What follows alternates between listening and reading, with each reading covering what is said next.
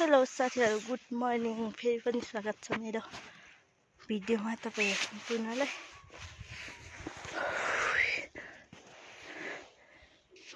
म चाहिँ बाख्रालाई घाँस लगेर जाँदैछु साथीहरु। यत्रो साह्रो यस्तो चिसो छ नि पुरै नगरौँ साथीहरु।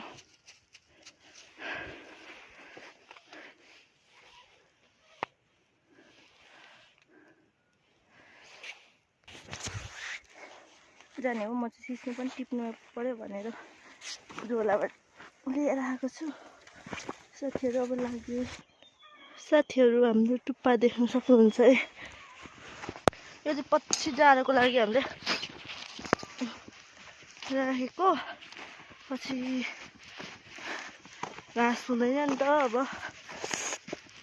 अब पछि जाडो भन्दा नि अहिले नै हो जाडो त, माघ त। तर फागुन चैतमा चाहिँ घाँस हुँदैन र राख्छौँ। त्यो साह्रो चाहिँ बाख्राको खोरमा नि आइपुगे, तपाईहरु देख्न सक्नुहुन्छ। यो चाहिँ मेरो बाख्राको खोर। हेलो, हुन नि प्यारी छ बच्चाहरू। तर यति घाँस चाहिँ अब कुन लगाइदिनु नदिनु है। यो बाख्राहरू देख्न सक्नुहुन्छ तपाईहरु। लास्टै गर्ने हो, निकै टाढै छ नि त।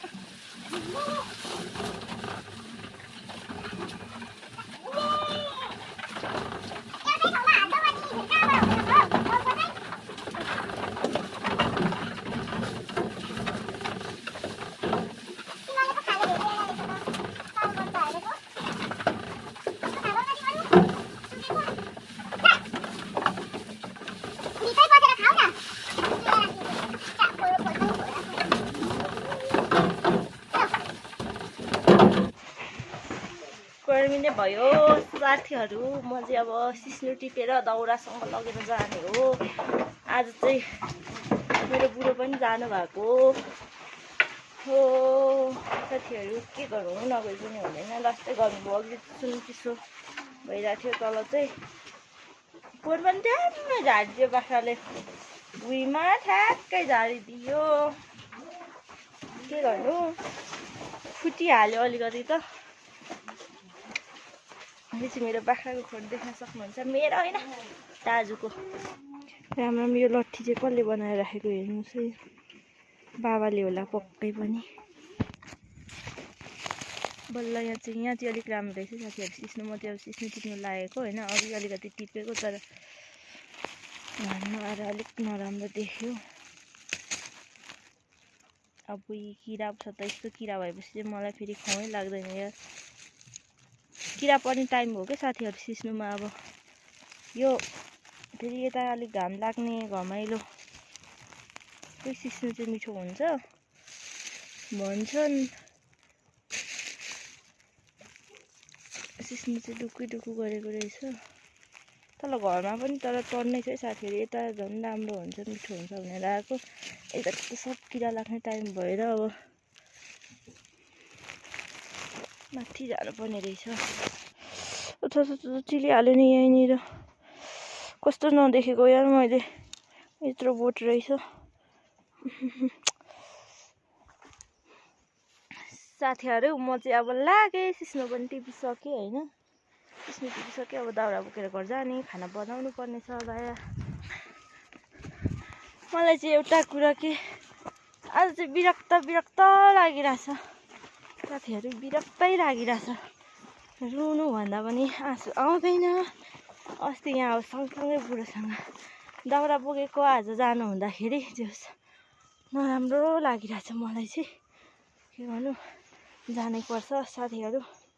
नगएर पनि नहुने, बसेर नहुने, नजाँदा पनि नहुने, जाँदा पनि नहुने। मनै त हो साथीहरू आखिर होइन। सँगै हिँडे काम गरेपछि चाहिँ अलिक खल्लो खल्लो लाग्दो रहेछ। दाउरा बोकेर जाने हो। दाउरा चाहिँ अस्ति बोकेकै ठाउँको है साथीहरू। दाउरा ढिलो भइसक्यो खाना बनाउनु। अब छिटो छिटो गरेर दाउरा लगेर जाने हो। धेरै चाहिँ लाँदिनँ म। कहिले बोकिसक्नु साथीहरू दाउरा काट्नु त माडम चलिरहेको छ। फेरि यस्तो गरौँ छ नि कुरै नगरौँ न। पिपल बोटे दाइ सन्चै छ भन्दिनु मेरी उनीलाई, सन्चै छ भन्दिनु मेरी मायालाई।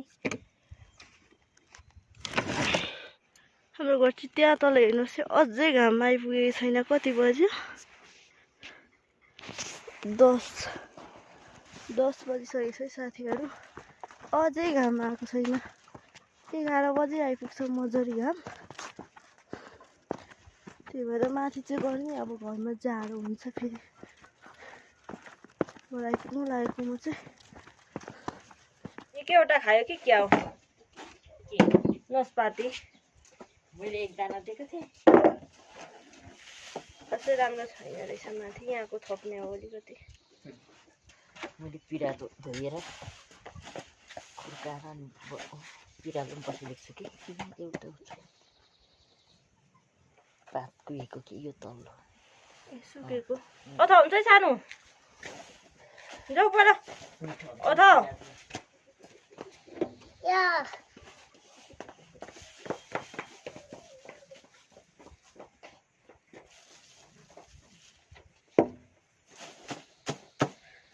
यहाँको चाहिँ फेरि ज्यादा शीत हुन्छ के।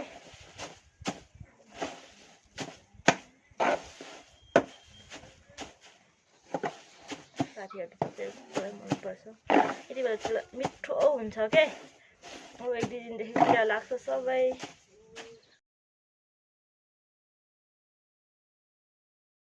सिस्नो आयो हजुर आयो।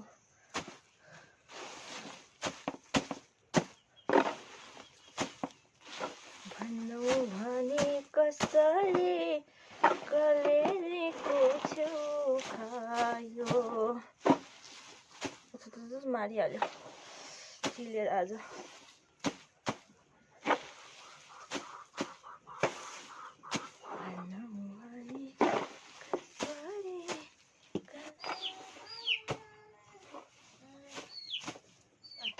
मकैको भात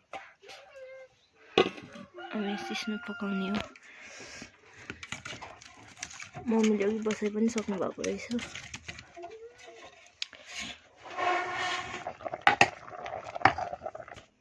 साथीहरू हाम्रो चाहिँ पोर्कै लसुन सकेको छैन है साथीहरू, हेर्न सक्नुहुन्छ। वाउ नाइस, मजाले उकिन्छ। यो लेखको लसुन चाहिँ बिग्रिँदैन है हतपति मधेस तराई जस्तो।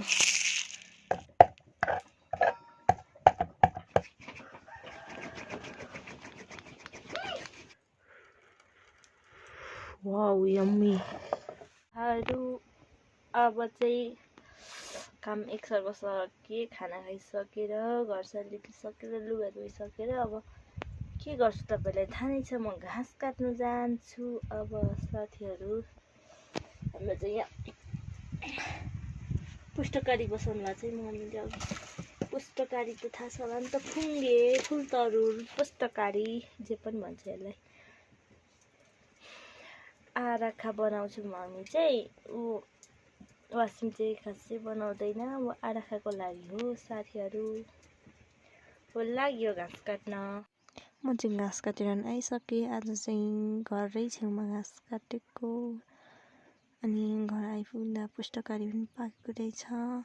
टक्क पाकिरहेको थियो र मम्मीले तासेर पनि राखिदिनु भएको रहेछ, त्यही भएर पुष्टकारी खाएर मलाई चाहिँ एकदमै अड्किराखेको थियो। अनि आजको भिडियो यति नै साथीहरू। म चाहिँ बोल्नै नसक्ने स्थितिमा थिएँ, त्यही भएर नबोली भिडियो बनाएको। आजको भिडियो यति नै। हस्, बाई बाई सबैजना।